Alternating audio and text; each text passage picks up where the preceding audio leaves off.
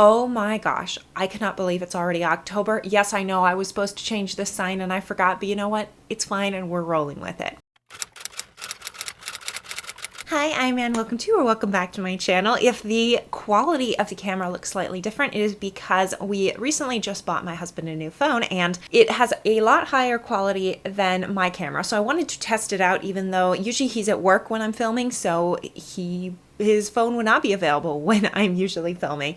But I am planning maybe to get the same phone in a few months when we can save up enough money. I'm testing it out today and I'll see the quality. Today I'm wrapping up the books that I read in September of 2022. So this month I read a total of 10 books, which is pretty low for me, but I was also relatively busy when it comes to work and other stuff I was focusing on. I was doing a lot of sewing this month, honestly, and part of it was just preparing for the Renaissance Festival. So the month started off relatively slow for me. I just couldn't get into reading. I don't know why, but then this one really helped me kind of get out of the rut of reading, and that was Houseplant Oasis by Melissa Lowe. I won this in a Goodreads giveaway, and I wanted it specifically because I live in a very small apartment and I want to be able to decorate my apartment with some greenery that is not fake, because honestly, fake plants are just expensive. Like this one behind me,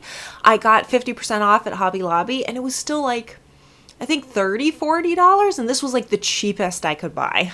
And that's also 50% off. And their plants are not usually 50% off. So I want to like learn how to invest in growth, take care of something, not kill things. And this book I really enjoyed. It has very pretty pictures. So I looked forward to trying to figure out some of the techniques that it talks about and just kind of using this as a reference guide. Not only is it a beautiful book, but this would be great for like a coffee stand. You know, those aesthetic books that you put on your coffee table. This would be great. But not only use it like as a pretty picture book, but also as practical advice to starting my collection of houseplants. The next book I read technically doesn't fit my rule of reading books that I own physically.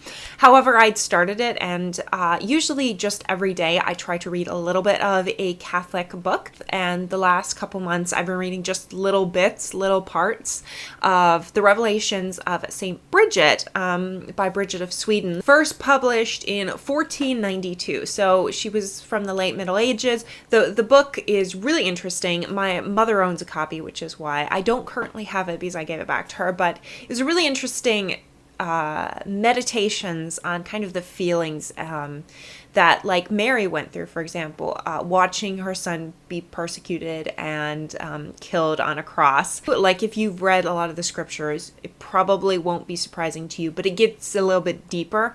So I really enjoyed it. It's a short book. I think it was under 100 pages, and I just read a little bit over the last, couple months I've been reading this book. The next one I read was The Unpleasantness at Bellona Club by Dorothy L. Sayers. This one is really fun. Basically, Lord Peter Wimsey, he is part of this gentleman's club, and this old man is found dead in the chair in just one of the club's rooms. And everyone's like, okay, well, obviously he died of old age. The only problem is his time of death is not really easily calculable. And it turns out that his, I believe, sister decided to leave her will to all her stuff to her brother, this man who just died. So basically, she was sick for a long time. She dies, and they know the time of death of her death, but depending on if he died before her. If he died before her, her will would revert back to her original heirs. And if he died after her, then his heirs, his sons, would receive her fortune as well. So there's a whole debate, and of course, Lord Peter Wimsey is brought in to solve the case. I really enjoyed this. You know me, I have loved every single book I've read by Dorothy L. Sayers. It's a nice, cozy mystery. I really enjoy it. Lord Peter Wimsey just has... whimsy is a perfect name for him. He has this sense of like whimsy to him, this fun, light, humorous, but he knows when to be serious as well. So it's a really fun mystery, as well as with some hilarious characters, especially with how Lord Peter deals with them. It's a great book. I highly recommend it. And then this book I did a full review for. It's The Haunted Hotel by Wilkie Collins. As I learned in this book, this actually contained 2 stories, The Haunted Hotel, as well as My Lady's Money. And I'll talk about My Lady's Money later in this video, because I did decide to read that as well, because I'm like, well, I want to finish this book, and I would only read half the book if all I read was The Haunted Hotel. But all it says on the spine is The Haunted Hotel. But I did a full review for this book. I really enjoyed it. I gave it 4 out of 5 stars. Oh, I should actually say what stars I gave everything. I totally out of my zone. I gave this 5 stars. I really enjoyed this. The Revelations of St. Bridget, I gave 4 stars. The Unpleasantness of Bellona Club, I also gave 4 stars. And The Haunted Hotel, I also gave 4 stars. So the next one I read was Castles, which is this little tiny picture book, which literally has like pictures of castles and a little bit of information about castles. I read this because, like I said, I'm gonna get into medieval stuff next month, and I just wanted something really light to break up some of the more dense books I was reading at the time, which we'll get to in a minute, because the next book I read was David Copperfield. Also, I gave this 4 out of 5 stars again. I'm so sorry. I'm so bad at this video. So David Copperfield, I did a full review for, and I will link that down in the description. I'll link the Haunted Hotel review as well as this one down in the description if you want to hear my full thoughts about it. I ended up giving this 5 out of 5 stars. I adored it. And actually, after I filmed that video, I forgot to say, but this is actually considered a partial autobiography of Charles Dickens. Also, one of my commenters pointed out that same fact as well. But that took me a very long amount of the month to read. I started that book because I was like, oh, it'll just take me a little bit. I'm listening to it mostly on audiobook anyway. And that took me like most of the month. I think it was almost a 40-hour audiobook, 36 hours, I'm thinking, something like that. And yeah, it was very, very long, but I'm glad I finally was able to read it, because it's been on my TBR for a long time to try to read. Then the next book I read, which I was supposed to finish at the beginning of the month, and I only finished it like halfway through the month, but that was The Vinci Hoax by Carl E. Olson and Sandra Meisel. So this book was supposed to be a companion read to The Da Vinci Code, which by Dan Brown, which I read at the end of last month. And this is kind of breaking down the historical inaccuracies of the Da Vinci Code. Now, I ended up giving this middle stars. I gave it 3 out of 5 stars. I enjoyed some parts of it, and I didn't enjoy the others. I think my biggest issue with this book was it comes from a religious lens, which is weird because I'm religious, I'm Catholic, and this comes from 2 Catholic authors. So on the surface, you would think I would enjoy that, but I kind of wanted a breakdown of the historical inaccuracies of the Da Vinci Hoax, the Da Vinci Code, without getting into the religious stuff. So it felt like this was on one side of the argument and the Da Vinci Code was on the opposite side of the argument, and I was kind of looking for something in the middle that wasn't from a religious lens but took on the historical inaccuracies that were in the Da Vinci Code. I also felt like there were times, quite a few times, that it felt like this was a personal attack on Dan Brown, as opposed to saying, you know, we don't know if he created this as like fun historical fiction. That's fine. You know, if you take it as fun historical fiction, or just fiction in general, and not even historical fiction, there's no history in there, and just, you know, took it as that. But they seem to try to look at his motives when it came to writing the Da Vinci Code, and kind of equating him with the ideas that the book talks about as if these are his beliefs. It's hard to put motive on an author like that because you don't quite know why they write that way. Because there's not only psychological things, but also, you know, he may have heard these ideas, because a lot of the ideas I learned that are in the Da Vinci Code are theories that have other proponents previously. Like Dan Brown didn't invent the idea of Mary Magdalene and Jesus Christ being married. Like this was an idea that others have purported as claims.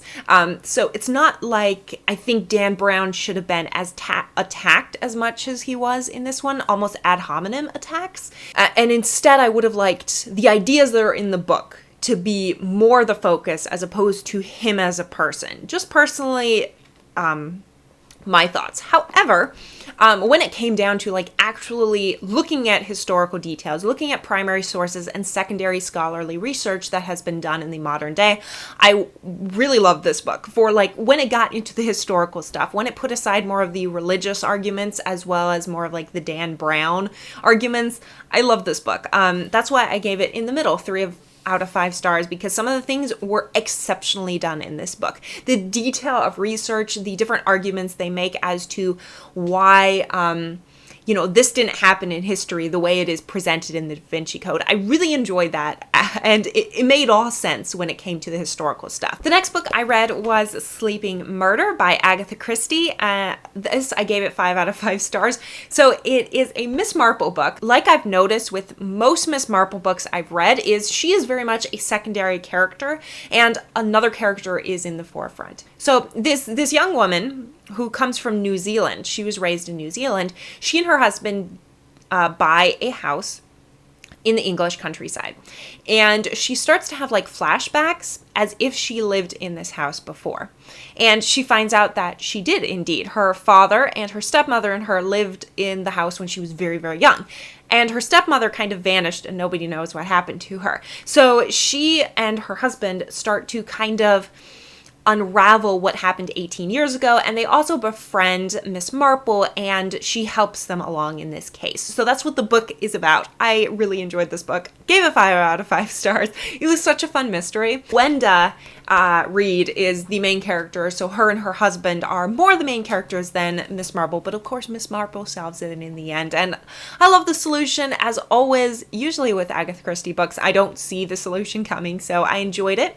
And the characters, I enjoyed how instead of throwing us into the mystery where like all these characters are introduced at once, which is something that Agatha Christie does on occasion, which bothers me sometimes, and this is coming from someone who loves Agatha Christie, but sometimes I dislike that she does that. But with this one, I liked how, like, you're kind of meeting the different characters as Gwenda is investigating this mystery. So you meet them slowly and methodically. And the next one I read was My Lady's Money by Wilkie Collins. This is the second book in this book, and it's only about, I would say, under 200 pages. So it follows this wealthy lady, and she sends money to someone. The money never arrives, and so there's the mystery of where did the money vanish to, and the main suspect is her adoptive daughter, this young woman who is beautiful and lovely. She has 2 men who are head over heels in love with her. One is actually the butler of the lady, and the other one is this like son of this wealthy family, and the lady is against her adopted daughter marrying this wealthy man because she's like, oh, he's above your rank. You should stay within the social confines of different classes of society. So in that way, the lady is very old-fashioned in many ways.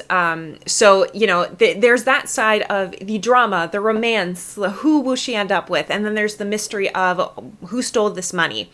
And the lawyer of the lady is brought in to kind of investigate. So he is more, I would say, the main character because he's kind of investigating. There's also this hilarious detective who solves the case. His name is Old Sharon, and like he's described as being bedraggled and dirty, and nobody likes him when they first see him, but boy is his mind brilliant. So he's very funny to read because he almost feels like a precursor or opposite to like character like Sherlock Holmes or Hercule Poirot, where both of them are like very put together, you know, they're very respectable gentlemen, whereas Old Sharon is not at all. But he's a great detective, and he works with both the lawyer and the butler, who are both trying to clear this adoptive daughter's name. So I really loved the book. I wasn't expecting to like it so much. I ended up giving it 4 out of 5 stars. And I really want to read more of Wilkie Collins' books because he creates these strange precursors to like the historical mysteries I like in the modern day. A lot of the historical mysteries I read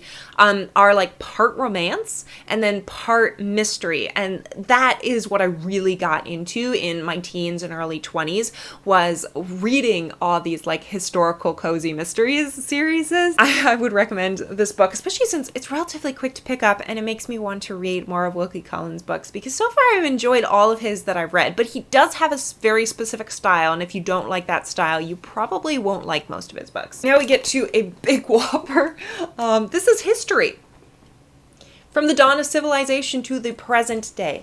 This has absolutely massive pictures, especially early on in the book. It very much examines like one civilization per page. So you may have a page on Greek stuff and on maybe some African cultures, prehistoric American societies, things like that. So the first half of the book, I would say I absolutely love. It's about 600 pages long, with about 100 pages in the end being either an index as well as like one massive timeline of everything that's occurring throughout history. However, what I really didn't like is, so you have like the first, I'd say 200 pages going from like the 1600s all the way back to prehistoric time. And then you have the next 200 pages being from like the 1600s to about the 1900. And then you have the last 100 pages being about the last century. And I'm just not that interested in modern history. I didn't really see a need for just so much time being spent on the last century when I would have liked more pages about the old history. So yeah, long story short, I was a little bit annoyed by that. But for the most part, it was a really interesting history book. I had some friends give it to me a couple years ago, and I haven't gotten around to reading it yet. So I was really excited to read it just because I love big picture books about history. It really gets me into the mode for history. And I also saved a few pages that deal with the medieval era, which I will be studying next month. So I enjoyed reading it. It was a good read. And the final book that I read this month was Murder with Peacocks by Donna Andrews. This one I ended up giving 3 out of 5 stars. I don't know if I started this right after finishing David Copperfield. And I think I was just so immersed in those characters that when these characters were introduced, I was like, these are all horrible characters. They're not very developed. They're kind of ridiculous. So I didn't like this book at first, and it took me like half the month to actually finish it, even though a book like this, which is like a cozy modern mystery, should take me like a day or two to finish at most. So that wasn't a good sign. The mystery was fine. It follows this young woman, Meg, whose brother and soon-to-be sister-in-law are planning their wedding. And of course, the sister-in-law, the soon-to-be sister-in-law, is completely ridiculous. She wants this like fancy wedding. She wants peacocks, literal peacocks at her wedding, thus the title. And like one of the neighbors, kind of, who's this kind of horrible older woman, turns up dead. So of course, there's the mysteries to solve. And like half the people are either kind of useless or horrible people. They're very selfish, self-centered. And Meg is interesting enough. Like, she's trying to balance everything for this wedding and second wedding as well. Like, it's madness ensuing and a lot of craziness. And Meg is just trying to keep it together while kind of like solving this case. So I enjoyed the book. Once I got into it, I just think I got spoiled by just how well the characters were developed in David Copperfield. So that decreased my liking for this book, even though the book itself was a pretty light, fun mystery. It's not going to be one of my favorites, but it was a good, fun read. So those are all the books that I read for September. I can't believe October is here already. Oh my gosh. And the air is cooling down and I'm loving it. What were some of the great books you read in September? Do you have any plans for reading for next month? Let me know your thoughts down in the comments. Thank you so much for watching. If you like this video, like, subscribe. I post every Tuesday, Thursday, and Saturday at 6 p.m. Eastern Time, and I will see you all in the next video. Bye!